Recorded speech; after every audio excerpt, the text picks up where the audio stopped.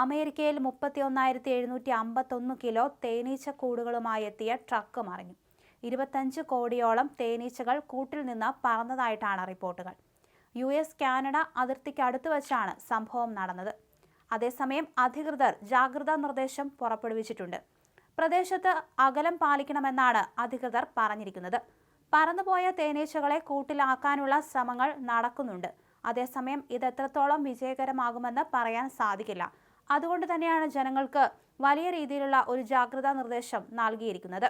എന്തായാലും തിരികെ തേനീച്ചകളെ കൂട്ടിൽ കയറ്റുന്നതുവരെ ഈ ഒരു പ്രദേശം അടച്ചിട്ടതായും അധികൃതർ അറിയിച്ചിട്ടുണ്ട്. റാണി തേനീച്ചയെ കണ്ടെത്തിയ ശേഷം കൂട്ടിലേക്ക് തിരികെ കൊണ്ടുപോയി മറ്റുള്ള തേനീച്ചകളെയും കൂട്ടിലെത്തിക്കുക എന്നതാണ് പ്രയാസകരമായ പദ്ധതിയെന്ന് പോലീസ് പറയുന്നുണ്ട്. പരാഗണം നടത്തുന്ന ദശലക്ഷക്കണക്കിന് തേനീച്ചകളെ പിടികൂടാൻ വിദഗ്ധരും സ്ഥലത്തെത്തിയിട്ടുണ്ട്. ജനങ്ങൾക്ക് ജാഗ്രതാ നിർദ്ദേശം നൽകിയിട്ടുണ്ട്.